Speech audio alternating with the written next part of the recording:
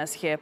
Now, it has now emerged that over 10,000 children are trafficked as part of a sex tourism racket in the coastal town of Mtwapa.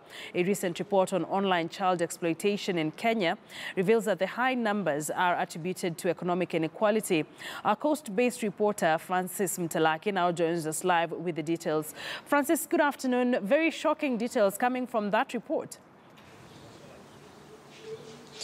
Yes, some shocking numbers, Akisa, in terms of what is happening here down in the coast. And remember, this is a tourist, one of the tourist destinations for many of the tourists who would love to visit Kenya, and specifically the coast region. But one thing what is coming out is with regard to sex tourism and child abuse, and something that in terms of the many of the human rights activists here down in Mombasa have been complaining, and specifically in areas such as Mtwapa and along the coastal line. These are the areas that have been said to be hotspots in terms of sex tourism and child abuse. And to understand more, I want to bring one of the participants to be able to understand more with regard to this issue. How serious is sex tourism in regard to the child abuse here in Mombasa and coast region at large? My name's Grace Odembo. I'm the founder of Okoasasa. Working closely with the Solwodi German, funded by Solwodi German.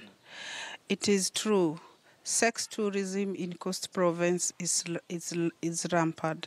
This is because of the increasing tourists who are coming in Kenya, and most of them do not really come to Kenya for tour. Some of them come here to explore and enjoy the flesh of the young children. In terms of when you have a child, basically there is that trauma. How do you handle that? It is true. Most of them, after the incident, they are normally so traumatized. We work closely with the counselors who take them through sessions and make sure that they overcome the trauma. As you talk to many of these children that I've been able to see here, basically, what do they tell you in terms of what maybe lured them to be able to be trafficked and such issues? Most of the children were brought to the coast area. Some were promised good job. Some were promised to be taken to school. Some were promised to be to get tourists. They call them Muzungu. But in the end of the day, some end up being abused and dumped. And instead of getting the money and the Muzungu they expected to get, they end up catching HIV and AIDS and being traumatized, and their health and their self-esteem is tampered with. One would ask, why Mtwapa alone? It's not Mtwapa alone.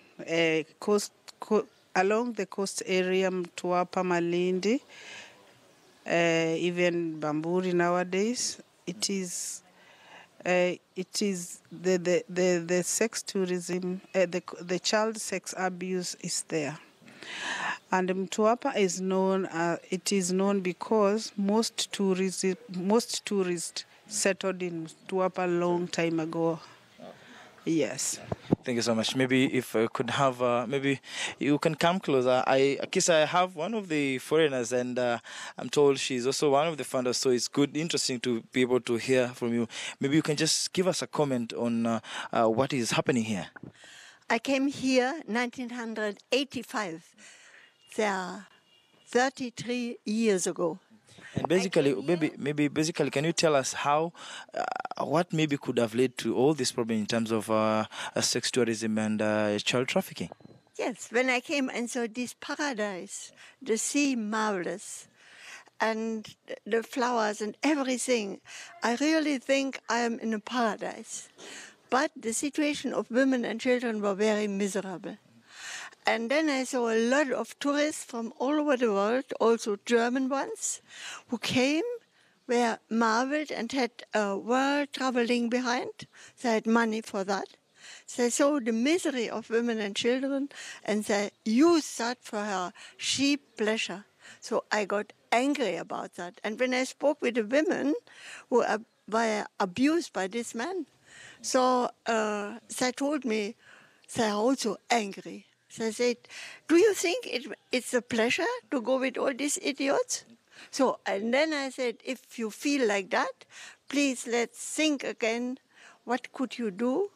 You are a creature of God. You have gifts and talents. What can you do to earn in another way your money? Thank you so much for your time. Well, Akisa, that is one of the founders. Told you she is Madam Leah speaking to us. But basically, looking at what has been happening here down on the coast with regard to tourism, there has been an increase in terms of tourism.